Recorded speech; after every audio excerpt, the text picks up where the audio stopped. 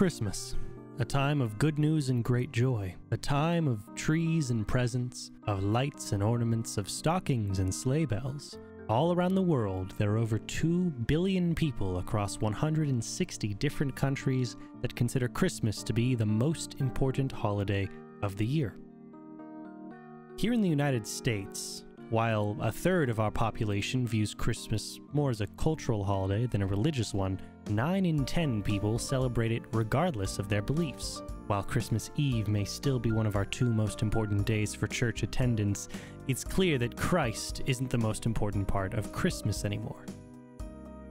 Across the world, children of all ages spend every waking moment of the Christmas season writing letters and drawing up lists, all in an effort to appeal to one man, a man so powerful and mythical as to be able to visit every single boy and girl across the world in a matter of hours, granting these children's every wish one day a year. But who is this mysterious figure? Where does he come from? What does he wear? Where does he live? And most importantly, who is Santa Claus?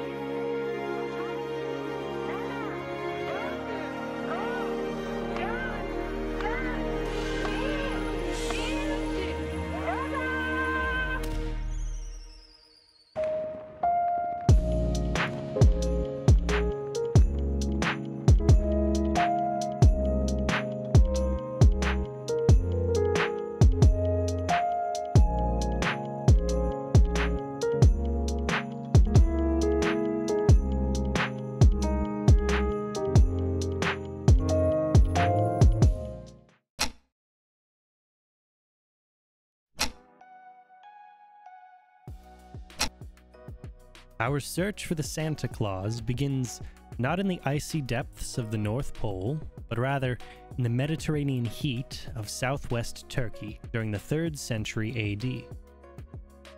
Born in Patara, now known as Arsinoe, we have a surprisingly limited amount of evidence to support his existence, other than church document.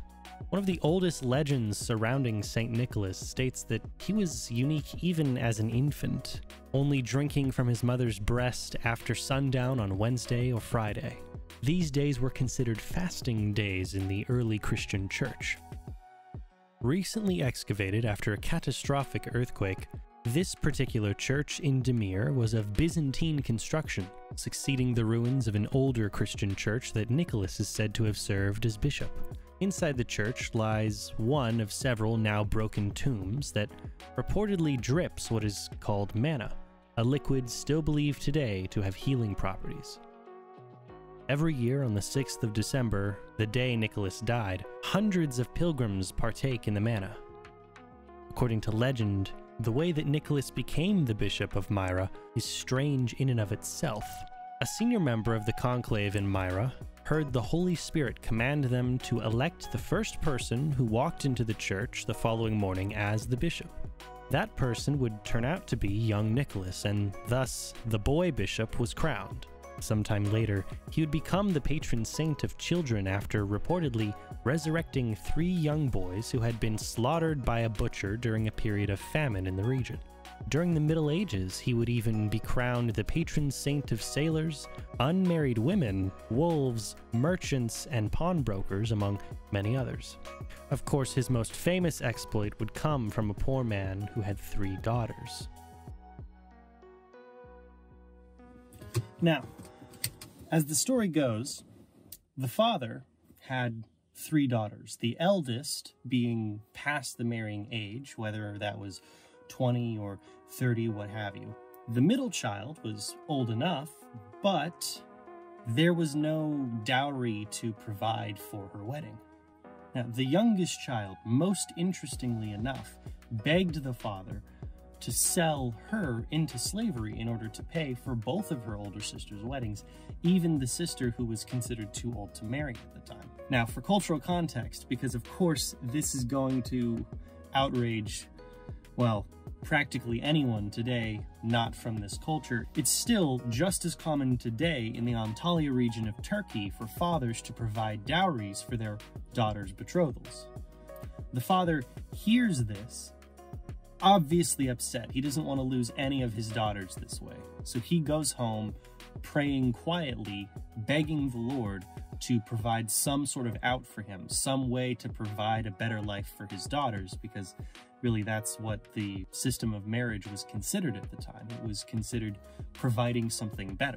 So after pouring his heart out, it just so happens Nicholas was riding by and had heard this. So he decides to stop and throw a bag of gold coins through the window of the father's house. This seemingly solves all of the father's problems, being able to provide weddings for all three of his children. Now, as time would progress, as the story would be passed down, this would be changed, most famously, into Saint Nicholas throwing 3 bags of gold coins down the chimney of the house, each landing in a stocking being hung up in the hearth to dry. With stories like these, it's no wonder that Saint Nicholas has such a legendary status historically. Following his canonization in the 9th century, celebrations of Nicholas became widely popular across all of Europe, making him a favorite of the Christian calendar. Thousands of churches across many nations would be dedicated in his honor, and eventually, as Turkey came under Ottoman control in the late 11th century, sailors from Italy succeeded in sneaking his bones out from under the church he was buried in. Enshrined in the sailor's hometown of Bari in southern Italy, a magnificent Romanesque basilican church would be built over top his new resting place. Today, the Basilica di San Nicola hosts a massive gathering for the Feast of St. Nicholas every December 6th. Even the now Muslim inhabitants of Demir, modern Myra, are proud to be associated with the Christian hero, holding their own celebration each year on St. Nicholas's Day. Sadly, the original reverential statue of the saint has been sidelined by a more universal, plastic, westernized version. This long, bizarre transformation from Catholic saint to world-renowned icon is quite the odd path, to say the least, spanning several continents and borrowing from many other celebrations.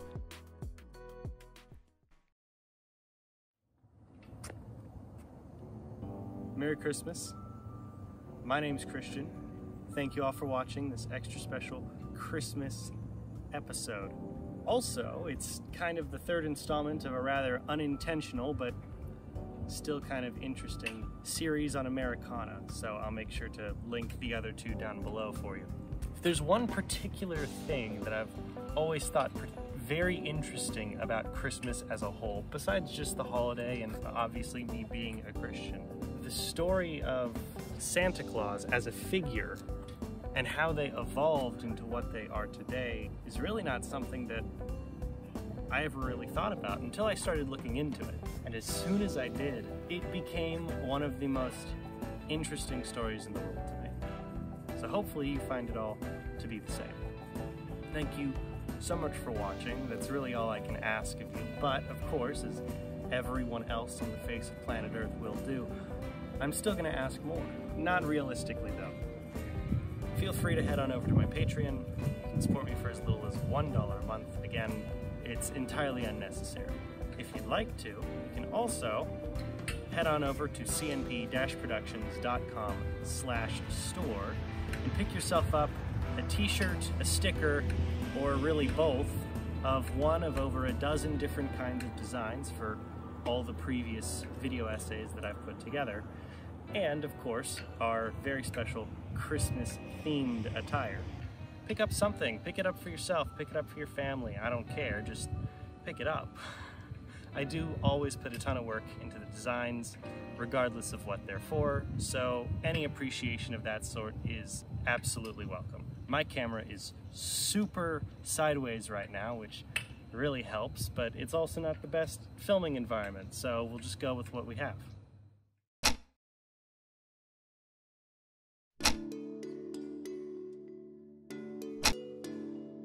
The Romans still ruled most of the known world in Nicholas's time, and many of the early Christian practices would emerge out of traditions from their converted peoples. Pope Gregory I was very adamant that assimilation was the most effective way to facilitate conversion.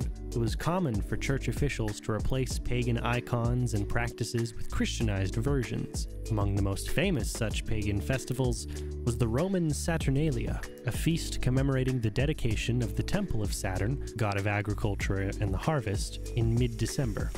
This was a feast where the Roman world was turned practically upside down. The enormous slave population of Rome was considerably reduced each year, as their masters would free many of them as part of the celebration. In fact, masters would dress up as slaves, waiting on their slaves dressed in their masters' clothes. The feast would often become a far more unruly and rowdy festival, full of, we'll say, misbehavior, to put it nicely. The concept of light was a very central theme in the festival, as it was often held on the winter solstice, the shortest day of the year. Gifts were plentiful among the festivities, as it was believed that the giving of gifts would provide a rich harvest for the coming year.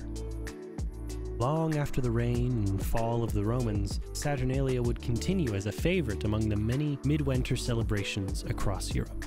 In fact, it became so unruly that by the time the Puritans came to power in England, they entirely outlawed the practice of the Christmas holiday. Now, their reasonings were that there were no biblical imperatives and no precedent set about when Christ was even born.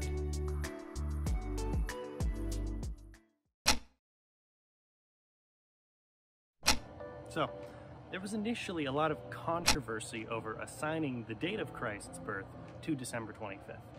While we today understand that, at least historically, Christ was more likely born sometime in the spring, closer to Easter, really. In an effort to conform at the time to social norms as well as local festivals, the Catholic Church officially decided that the celebration of Christ's birth would be on December 25th, the winter solstice, in the Julian calendar. Now, while today it seems rather inconsequential, at the time it was inevitably going to be not just a compromise, but a very controversial one at that. Nonetheless, regardless of any controversy surrounding it, the idea of St. Nicholas and the tying of the general celebratory season to that of Christmas would explode across Europe, and nowhere better than the Netherlands. Every year on a Sunday in November, the quiet, early morning streets of Amsterdam are overtaken by hundreds of thousands of people waiting for a very special guest to arrive. Floating in on a steamboat from Spain, St. Nicholas and his host of servants, called Black Peters, signify the coming holidays to many coastal cities. In the 17th century, the Dutch began calling him Sinterklaas, meaning Saint Klaas, with Klaas being a nickname for Nicholas. Spoken quickly, Sinterklaas becomes quite familiar to all of us. A century earlier, the previously Roman Catholic Netherlands had become subject to the widespread Protestant Reformation begun by our old friend Martin Luther. For more on him, I suggest our Thanksgiving video. In this time, everything even remotely Roman Catholic was forbidden. The feast, the celebration, everything gone. Across the streets of Amsterdam, children would come out shouting to have the feast and the return of their beloved saint in protest.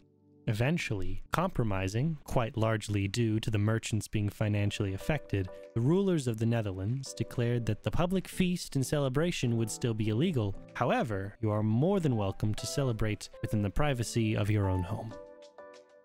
In this day and age, on the eve of St. Nicholas's Day, children place their letters with their many wishes and wants in shoes by the fireplace. Leaving out much appreciated refreshments, children often provide carrots, apples, and water for St. Nicholas's horse. Singing songs in reverence, the children hope to be heard by Black Peter, so St. Nicholas knows they've been good children this year. Riding across the rooftops, St. Nicholas provides presents and punishment, each according to the child's behavior. Originally, Nicholas rode alone, and in doing so would dole out punishments and presents all his own. However, once Black Peter was introduced, it would become his job to dole out the punishments, as Nicholas commanded that Peter place the children in a large sack and steal them away to Spain, only to be returned the next year in hopes that these children were far more well behaved. In many other countries, rather than it being Black Peter, St. Nicholas is said to be accompanied by a host of evil and frightening creatures to dole out the punishments for him.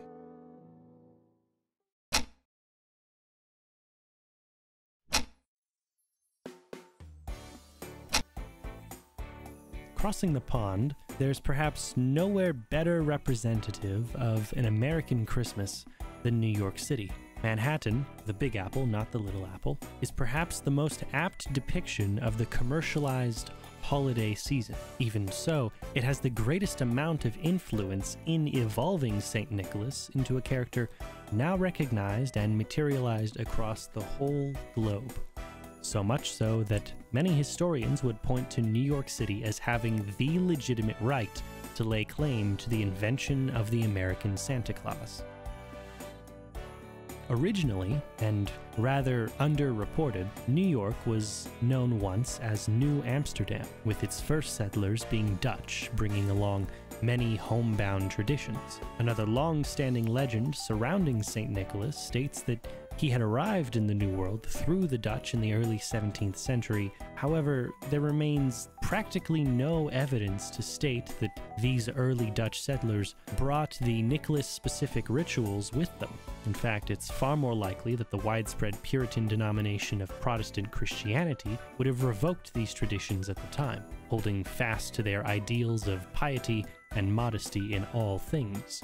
Instead, it would not be for another 2 centuries and after a Revolutionary War that St. Nicholas would lay any real footholds on the continent.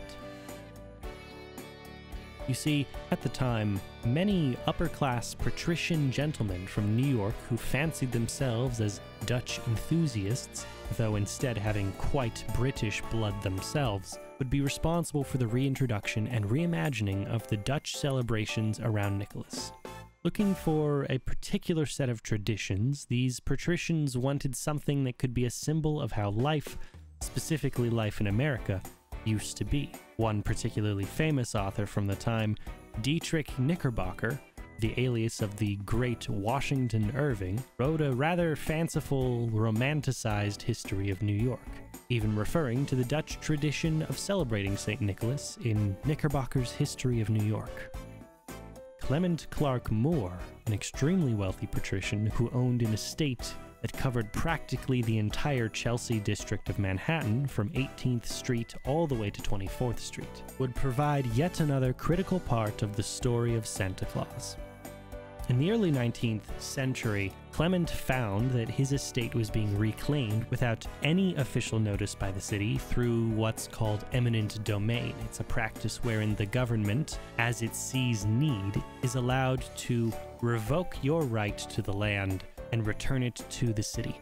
In response, he would write up a tract attacking the city for what he saw as the widespread, rather uncontrolled urban development of New York, and his claim that if the city grew too large and its population too many, it would become very easy prey for the mob in no time.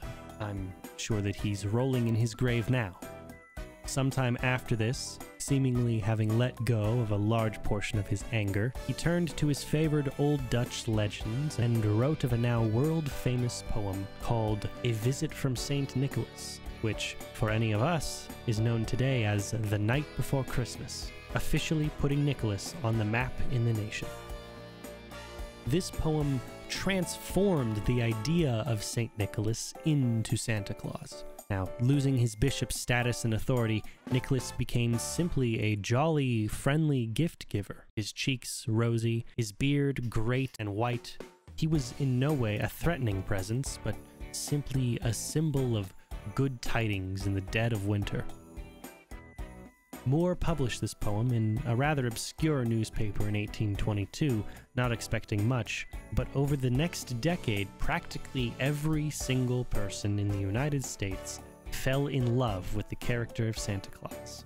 Now, while Moore could not have guessed at the profound power of the poem which he wrote for his children on Christmas Eve, it would become one of the most inspirational pieces of Santa Claus literature, leaving one of the most profound legacies in practically every language spoken today.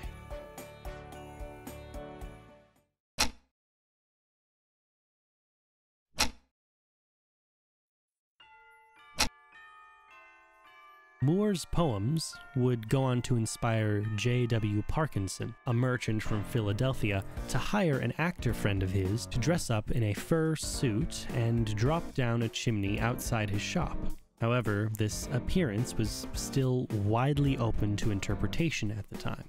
Parkinson would base his own Santa off of an illustration from a New York newspaper published the same year.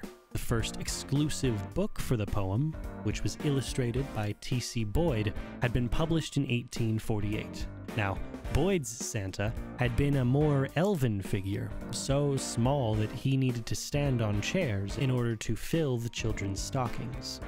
Later, Thomas Nast, a German immigrant, created a vision of Santa that would be rather widely accepted for the 19th century. Beginning in 1863, Nast drew his first major Santa for Harper's Weekly. Almost being a sort of political figure, this Santa wore a red, white, and blue fur outfit, brandishing the stars and stripes in support of the Union Army. Now, of his different political Santas, that was certainly not his greatest. Nast's most famous was called Merry Old Santa Claus, who wore a Union Standard rucksack rather than the usual bag of toys. He brandished a cavalry saber and carried a pocket watch striking midnight. This watch denoted when Congress had to vote on whether or not to give the Union Army its pay. The illustration also shows a Trojan horse, alluding to the possible deceit growing within the government. Nast's full-color images of Santa began with a brown suit that would eventually, and rather inevitably, evolve into the red suit denoted in Moore's poems. Without any particular symbolism, this suit became red due to the careless nature of the printing company that he used, with the brown giving off somewhat of a reddish hue. The evolution of the suit was simply natural and rather inevitable, it seems. Nast would use himself as his own physical inspiration for modeling Santa, having been a shorter, stockier man with a handlebar mustache and large beard of his own. In fact, he often included his own children and the inside of many rooms of his house in his illustrations for Christmas stories. His illustrations would introduce the image of Santa looking over ledgers of good and bad children, each receiving their own. It can also be credited to Nast that Santa lived in the North Pole, with the widespread fascination with the idea of the North Pole circulating at the time. Due to its obscurity and the fantastical information that people were hearing for the first time ever, an individual without any particular home was given the North Pole as his official residence. Nast can also be considered responsible for the correlation between children writing letters to Santa and the U.S. Postal Service, placing them in many of his illustrations as the official message bearers for Santa.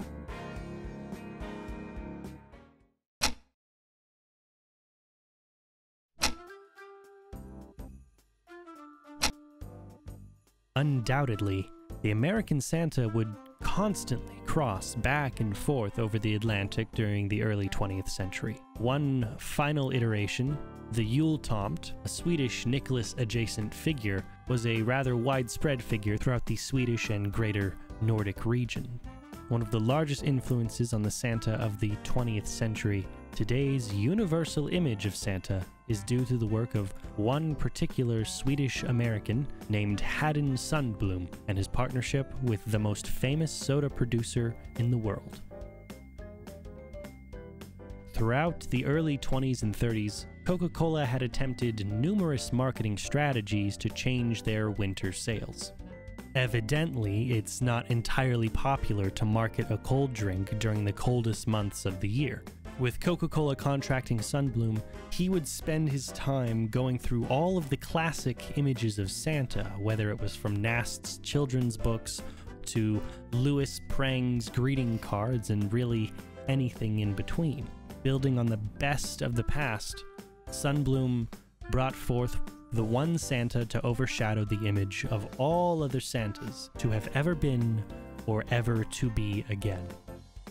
Jumping straight out of the mouth of Clement Clarke Moore, this Santa is a jolly, outgoing, bombastic character in love with the Christmas season. His illustrations capture what looks to be the essence of the season itself. It's happy, warm, and loving time filled with family and friends of all kinds. For Sundblom, Santa was no dwarf, no elf, and really not even a regular man. Santa was almost a giant among men, full-bodied and larger than life in his presence. Now, while the red-suited Santa was no stranger to the public image and had been a particular description from the poem, associating the color of the suit with the corporate brand of Coca-Cola was not only a fortunate accident, but would change the public image and the public consciousness of Santa forever. These timeless illustrations by Sundblom help to create a Santa for really every season of life, be it young or old. Not placing Santa in any particular place in time, but really rather making themselves as impactful today as any other period of time. Truth be told, I don't think that there really is any true comparison between this Santa Claus and every other pre-Sundblom Santa that did exist.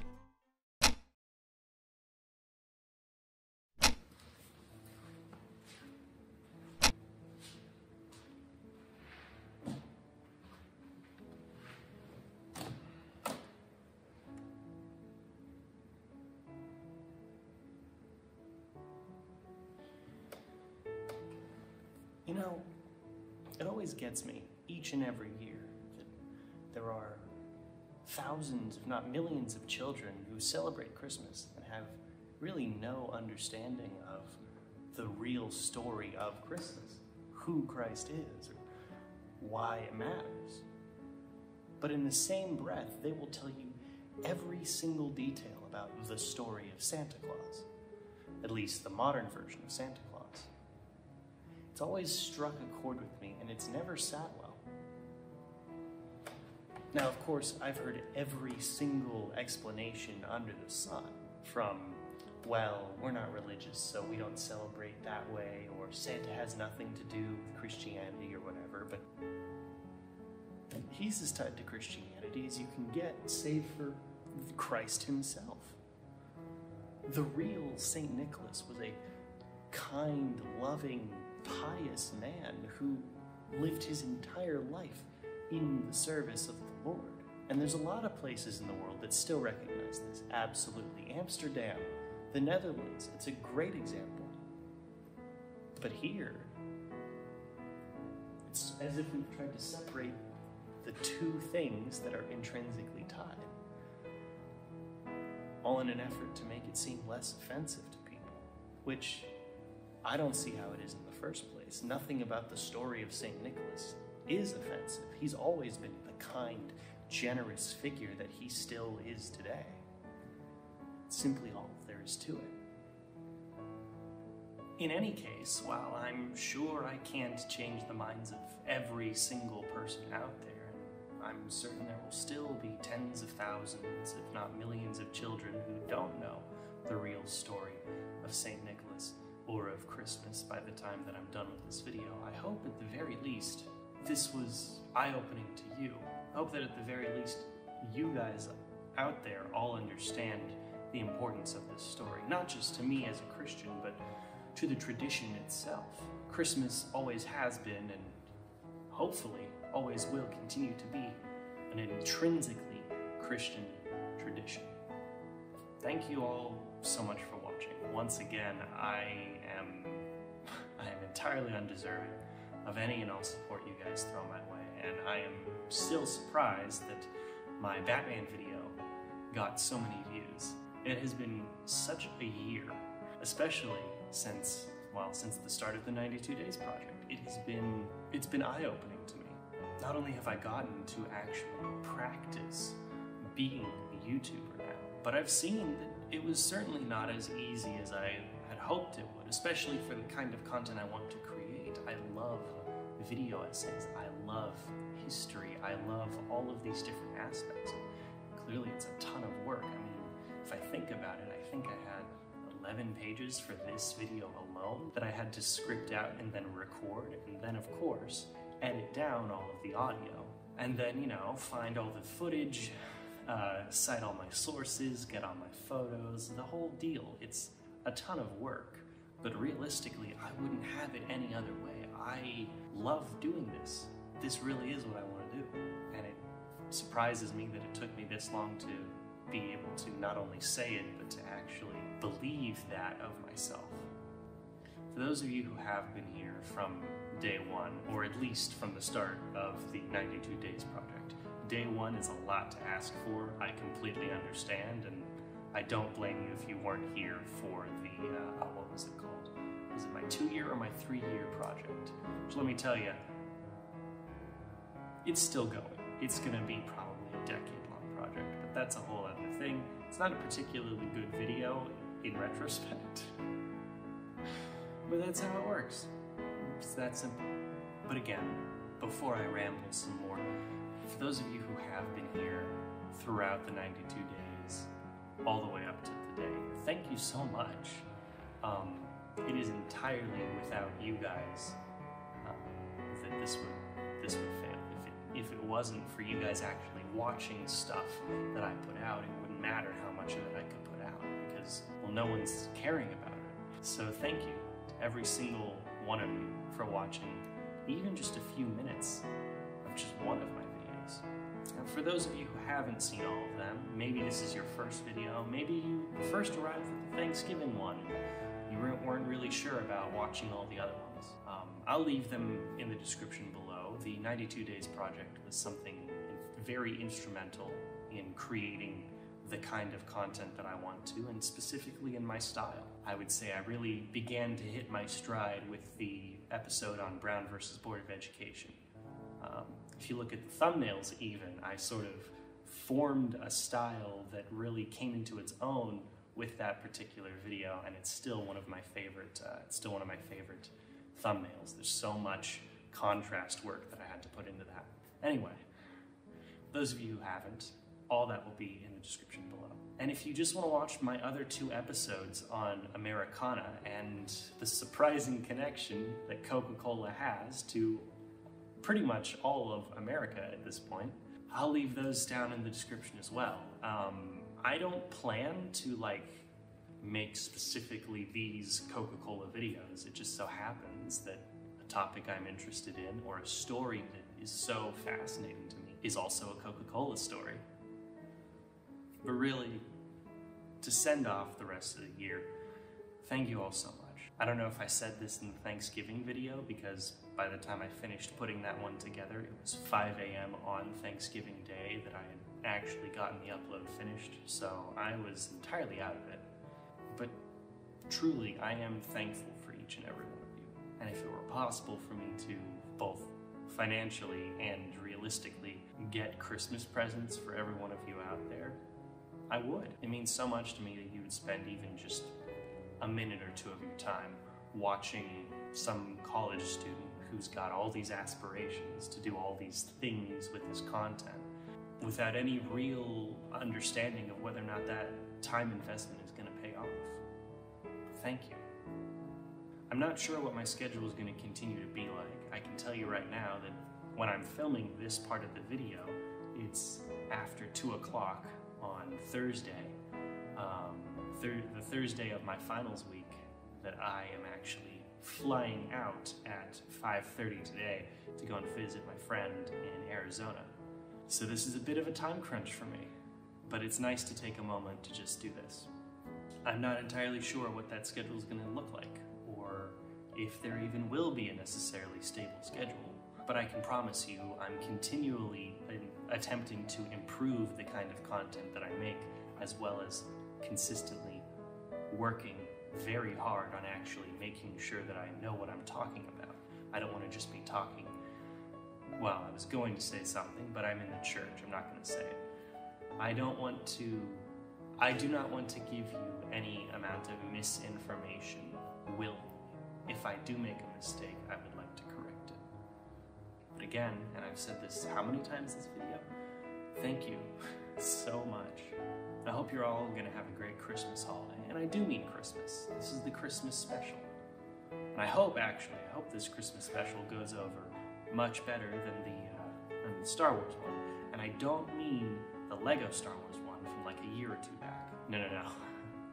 I mean 1978's Star Wars Christmas special. You know, the one with Eyeliner Skywalker and the Golden Girls' own B. Arthur pouring these weird drinks into some dude's brain. Literally, like, go watch it. It's terrible, but it's so funny.